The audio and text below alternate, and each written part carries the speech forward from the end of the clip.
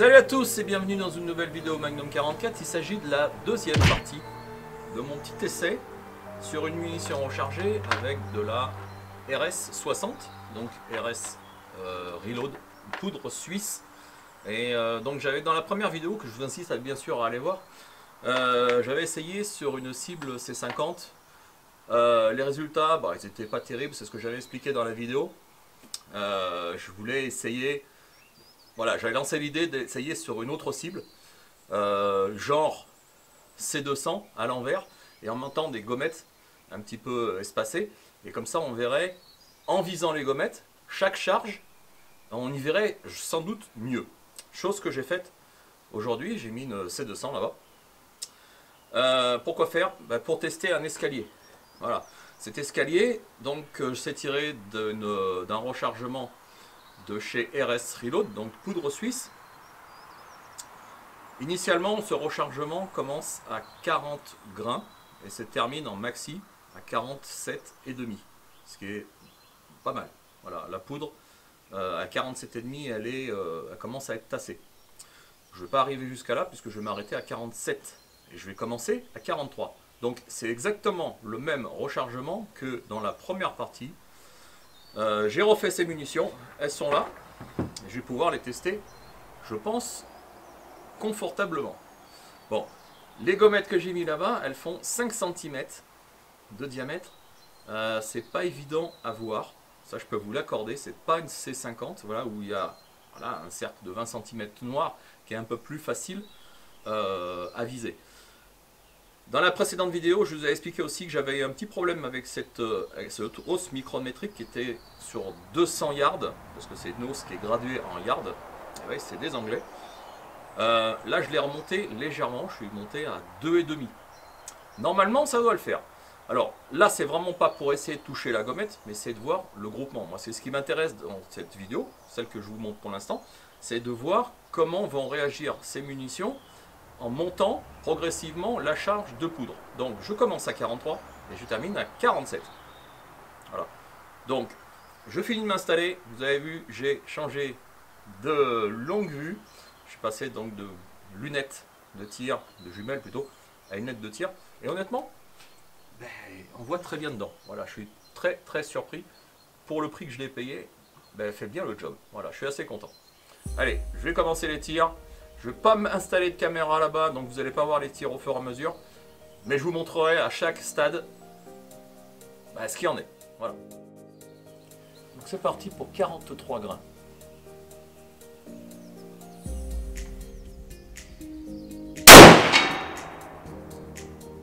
Ça claque.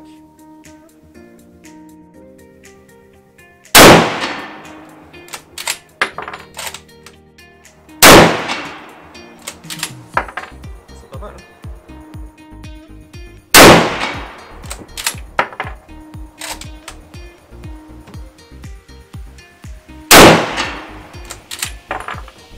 Voilà pour les 43.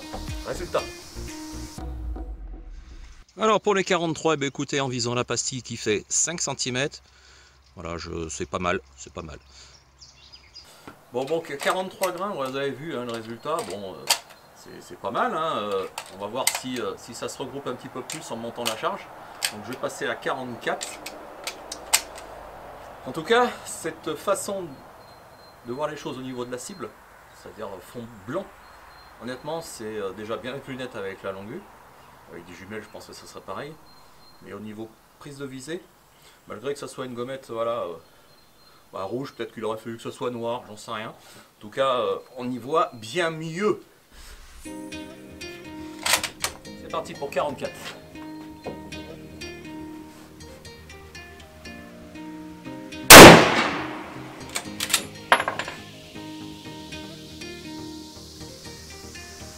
Je suis à ras de la gommette à 6 heures. À ras. Donc c'est bien. Très bien. Si ça pouvait faire pareil pour la suite, ça serait encore mieux.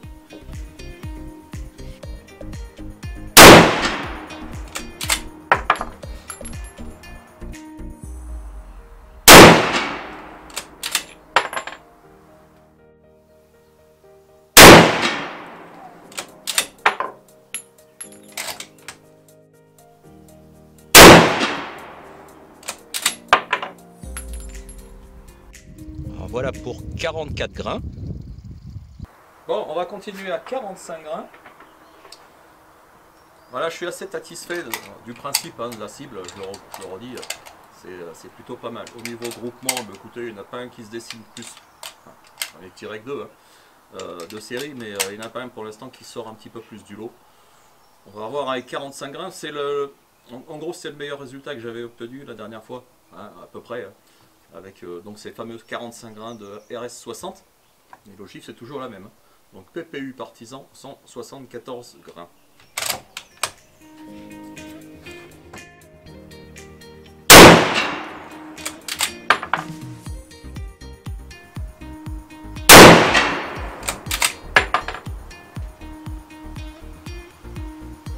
Je suis à poil haut. Donc déjà on voit qu'il y a une progression. Comme je vise toujours pareil, c'est-à-dire la gommette plein pot, on voit déjà qu'il y a une progression et à 45 grains ça a tendance à monter.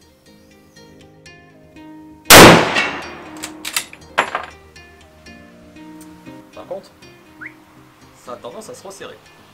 Ça c'est pas mal.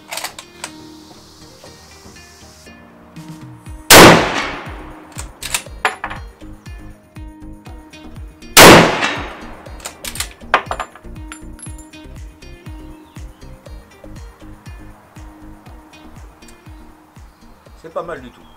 Ça a tendance un tout petit peu sur les deux dernières. Elle est un petit peu sur la gauche. Je vous montre le résultat. Alors voici les 45 grains. Alors évidemment, je vous l'ai dit, ça tapait un tout petit peu plus haut et un tout petit peu plus à gauche. Regardez, ça se voit. Alors on continue avec 46 grains. Bon, vous avez peut-être remarqué, vous allez peut-être vous poser, penser ça, les résultats sont pas top. Mais les amis, c'est un fusil qui a 78 ans, hein, 80 ans presque, puisqu'il date de 43.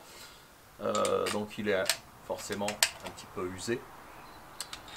Mais le canon est quand même miroir, voilà, il tire quand même pas mal. Mais ce n'est pas une arme de précision, c'est une arme de guerre. C'est une arme qui était faite pour tirer sur un gars, voilà, peut-être à 100 mètres, un peu moins, voire plus, hein, parce que la hausse elle est graduée jusqu'à 1200 yards.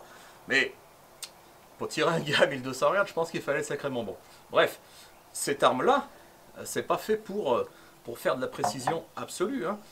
Si je voulais faire de la précision absolue là-dessus, j'aurais mis un dioptre, j'aurais mis un guidon sous tunnel, enfin j'aurais fait tout pour avoir le maximum d'efficacité au niveau prise de visée. Non, moi mon but c'est quand même de faire une munition pour une arme de base du fantassin de l'époque. Voilà, c'est ce que je recherche dans toutes mes vidéos, dans toutes mes recherches de rechargement. C'est vraiment le truc de base. Alors, ne me parlez pas de dioptre, s'il vous plaît, ne me parlez pas de guidon, et si je ferais ci, et alors surtout pas, ne me parlez pas de munitions match. Voilà, moi, je tire qu'à 100 mètres.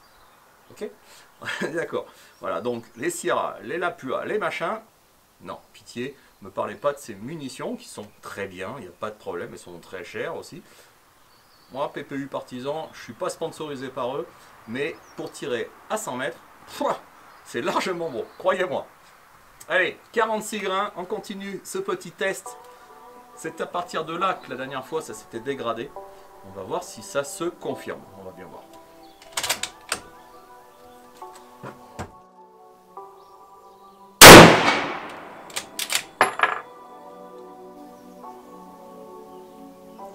Ouais, à gauche, à 10 h. Alors je vais pas compenser, hein. Je veux vraiment voir ce groupement parce que je veux savoir s'il y a un point de poudre qui sort du lot, quoi. Voilà, c'est vraiment pas fait pour tirer la gommette, mais c'est vraiment pour voir s'il y a un groupement qui ressort par rapport à un autre.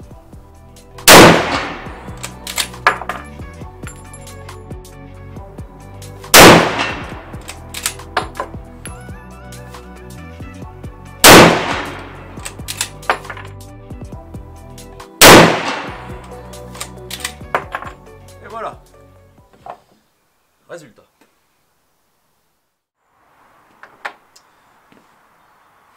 Il m'en manque une. Alors ça c'est bizarre. 46 grains, ben il m'en manque une, alors j'ai pas compris là. Alors vous avez remarqué, ça tape un peu plus haut et un peu plus à gauche. Mais pourquoi est-ce qu'il m'en manque une? Non, en fait, il n'y en a bien que 4. Hein. Alors, que 4, c'est quand même impressionnant. Alors, je vous avais dit, hein, juste avant de tir, que c'était à ce moment-là, à partir de 46 grains, ça commence à se dégrader. Et ben, il en manque une, voilà, je ne me suis pas trompé, quoi. Et je ne l'ai pas fait exprès, hein, croyez-moi. 47 grains, je suis pratiquement au max de la table. 47,5, c'est le max. Voilà. Table RS Reloading, donc avec toujours la RS60, les PPU 174 grains. Et on entame la dernière série. Allez, c'est parti.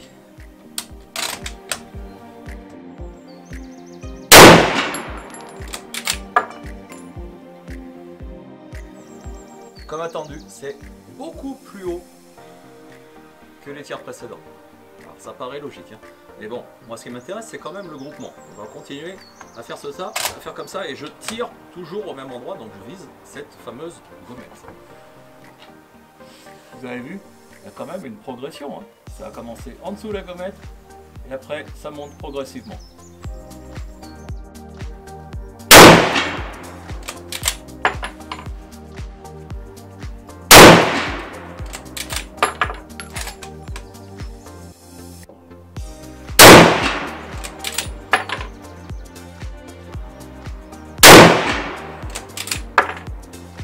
Et voilà, résultat.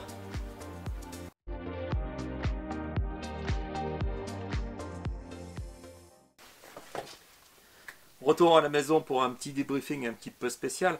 Vous avez vu, j'ai coupé la caméra, voilà, je recommence un petit peu à la fin parce que tel que vous voyez la vidéo pour l'instant, en fait ça s'est passé il y a quelques temps déjà, et en montant ces images, je me suis aperçu en fait que la partie 1 de la vidéo et la partie 2 telle que vous voyez actuellement, en fait c'est un petit peu le copier-coller justement de la première partie. Dans cette vidéo, moi ce que je voulais voir, c'est ce que j'avais expliqué dans la première partie. Je voulais essayer de pouvoir faire un test de rechargement, donc un test d'escalier sur une autre cible, pour essayer de voir si on y voyait mieux, chose que vous avez vu récemment, là, actuellement, là pour l'instant, donc sur une cible C200 à l'envers, avec les gommettes que j'avais espacées, et bien sûr, chaque tir, chaque charge, je voulais tirer sur chaque gommette, chose que vous avez vu à l'instant. Résultat, eh bien écoutez, il y a plusieurs enseignements à tirer de cette histoire. Déjà, sur la cible à l'envers, on y voit très bien. Voilà, avec le fusil, avec le Enfield, on y voit assez bien, malgré que les gommettes fassent 5 cm, c'est petit, mais on y voit quand même bien. Sur fond blanc, franchement, c'est très bien. Avec les jumelles ou une longue vue, on y voit aussi très bien. Voilà, c'est ça que je voulais réellement voir. Alors, au sujet des tirs, les tirs, j'en suis déçu. Voilà, clairement, moi je m'attendais à beaucoup mieux. Et chose bizarre, c'est qu'avec cette cible-là, dans la première vidéo, je n'obtiens pas tout à fait les mêmes résultats. Par contre, le niveau de l'escalier, on voit quand même une progression, puisqu'avec une charge qui est basse à 43, le tir est bas. Et plus on monte en charge, plus le tir va monter. Alors j'ai loupé la dernière vidéo de 47 grains, j'ai oublié de la filmer, mais enfin, je vous ai dit dans la vidéo que c'est tapé haut. Mais bon, voilà, c'est une chose que je voulais voir. Mais il y a quand même une différence avec ça. Bon, pourquoi? Certainement que la prise de visée est totalement différente. Voilà, peut-être qu'avec une cible comme ça, on prend le visé en bas du visuel du noir, et comme c'est plus gros, ben, on arrive mieux à se caler. Donc c'est pas évident sur une arme comme ça, qui a un guidon, un guidon et une hausse, malgré qu'elle soit micrométrique, c'est pas facile à regarder dedans, hein, c'est un tout petit trou. Voilà, donc c'est pas si évident que ça. Alors je voudrais faire un petit aparté justement sur cette hausse micrométrique que je mets sur 2,5. C'est 250 yards. Il y en a beaucoup qui se posent la question, pourquoi je ne me mets pas sur 100 yards? Tout simplement parce que le guidon, là-haut, il a une certaine hauteur. Voilà, et donc comme il est assez haut, pour avoir une parallèle pour tirer à 100 mètres avec la hausse, je suis obligé de monter un petit peu avec, voilà, au niveau de la hausse.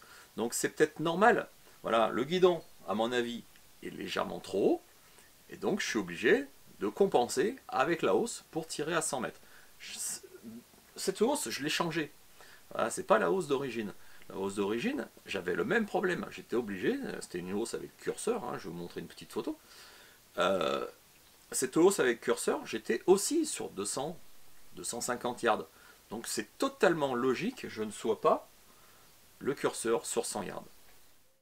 Bon les amis, pour essayer de conclure un petit peu cette série de vidéos sur le rechargement RS60 avec celui Enfield, qu'est-ce qu'on peut en déduire, en conclure?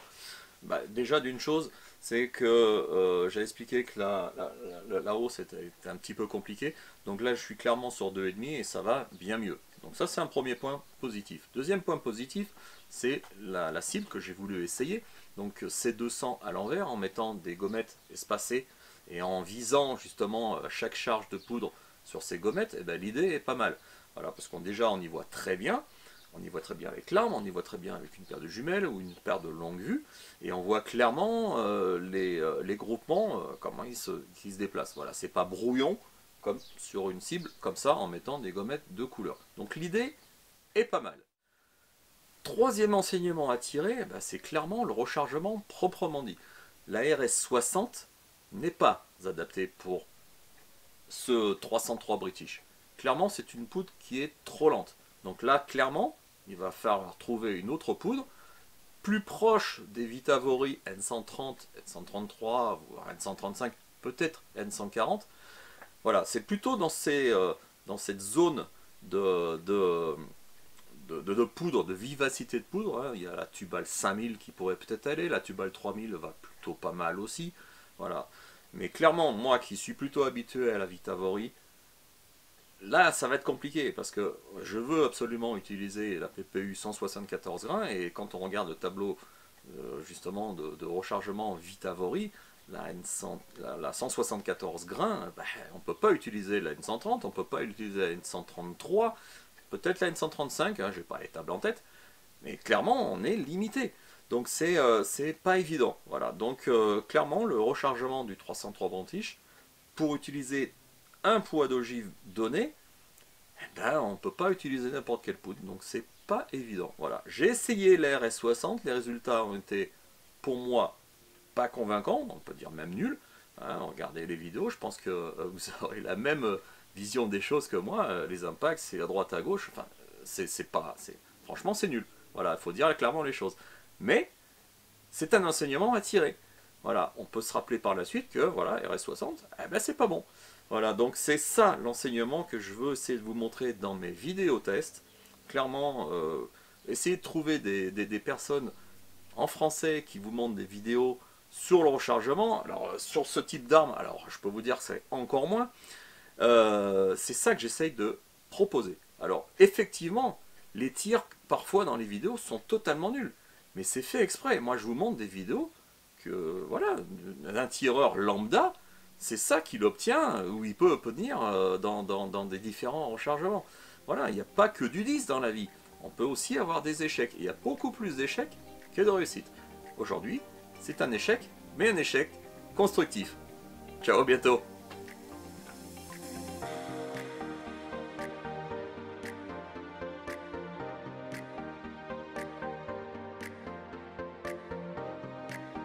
Bonjour à tous, très heureux de vous retrouver pour une nouvelle vidéo Magnum 44. Bon, on va commencer par l'épreuve de précision.